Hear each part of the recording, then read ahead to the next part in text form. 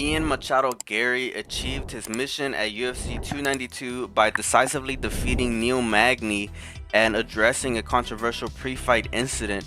During a press conference, Machado Garry responded strongly to Magny's comments about giving him a whooping like he does to his son.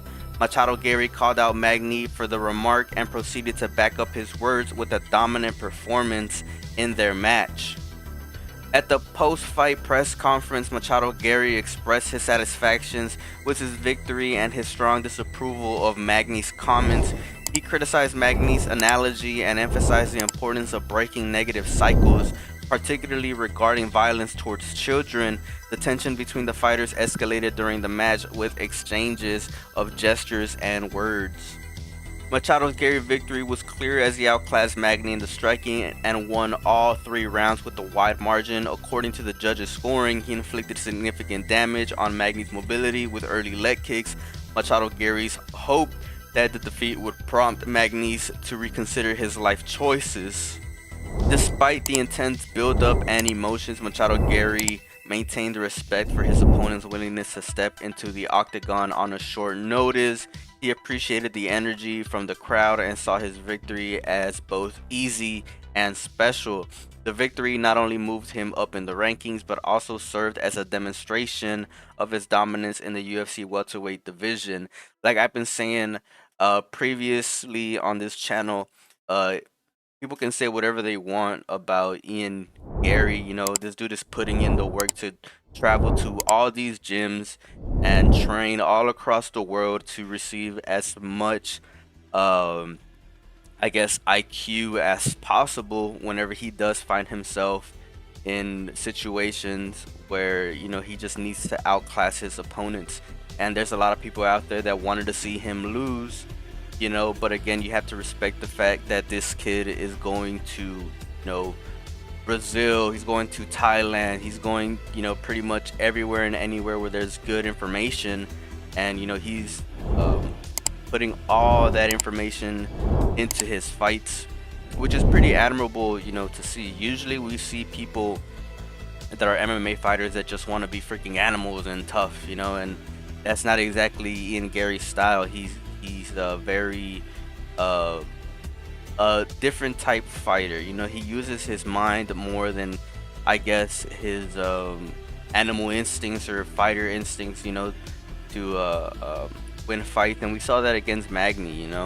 There was a lot of instances where people thought that he could have just ended the fight, but you saw in the post-fight interviews that he was just like, no, I wanted to fight smart. There was probably instances where I probably could have ended the fight, but I just wanted to keep on fighting smart, which is pretty admirable in my opinion. There's not that many fighters that think like that. There's a whole bunch of fighters that think that they just need to be killers and animals, but the smarter fighter, the smarter fighters usually find their way to the top because, the brain is a very important muscle, I guess, that you need to develop as a fighter 100%.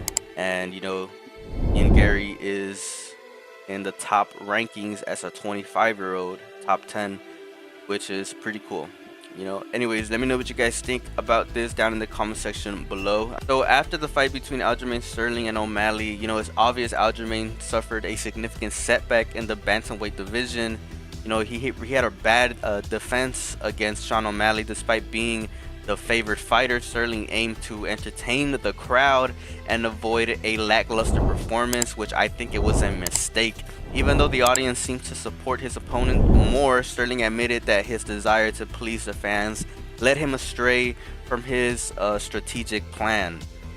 Sterling acknowledged O'Malley's disciplined approach contrasted with his own attempts to deliver an exciting fight.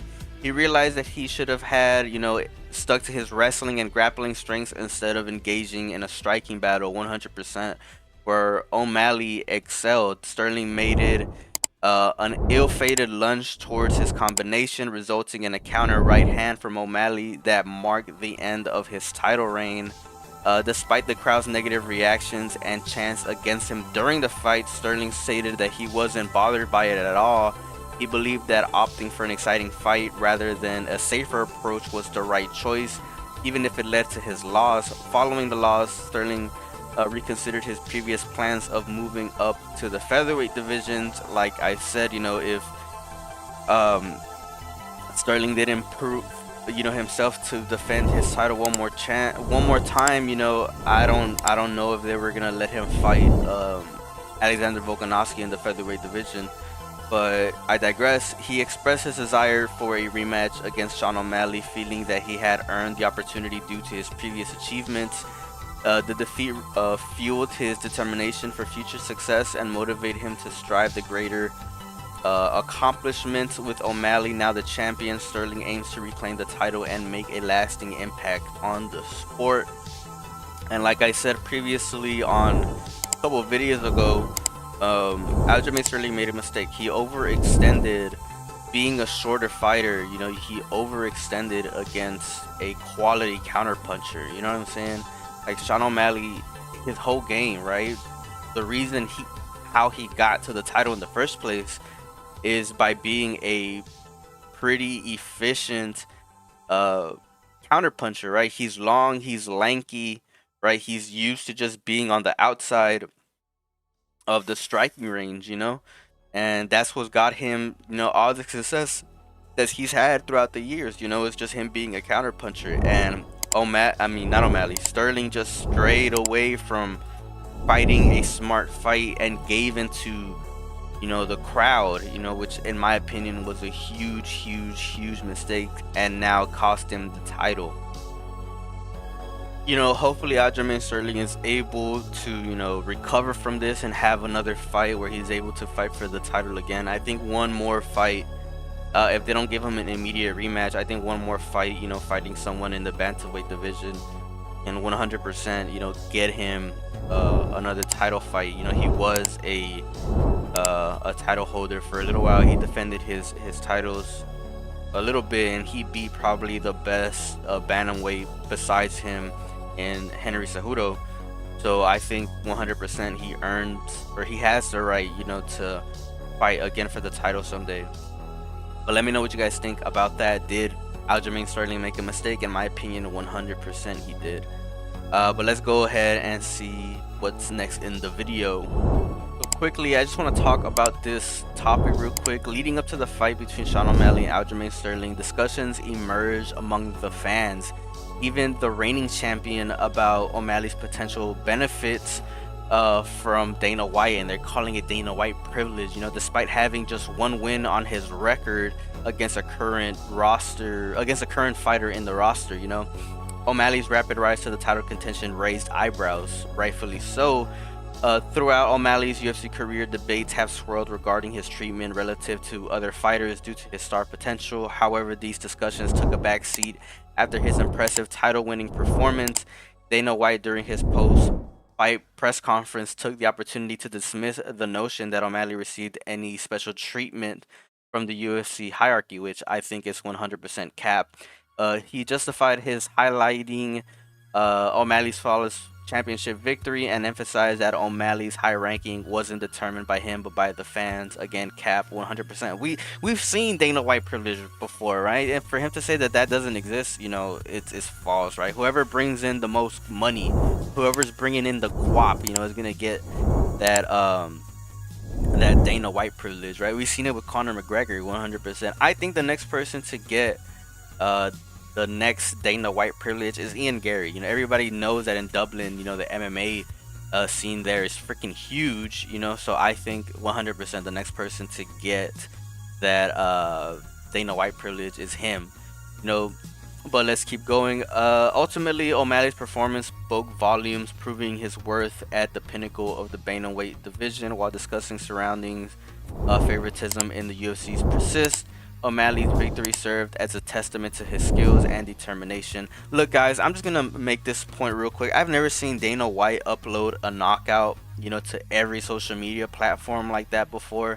If you guys could freaking link to me any other fight where he's done that, bro, I'm really interested to see that, because I've never seen Dana White upload a fighter winning a title before, like You know, like that's just crazy to me for him to say that Dana White privilege isn't a thing. You know, that's 100% cap in my opinion. But let me know what you guys think down in the comment section below. Do you guys think that, you know, Dana White privilege is a thing, and, you know, should fighters, you know, in the UFC do things, you know, to get some of that Dana White privilege? Should they become more marketable? Because that is really what it all comes down to. It, you know, Sean O'Malley, you know, he's a good fighter, but he made himself, you know, really marketable. You know, he made himself a fan favorite, opening a YouTube account and uploading a lot of content to YouTube. There's a lot of eyes on him. He has a lot of fans.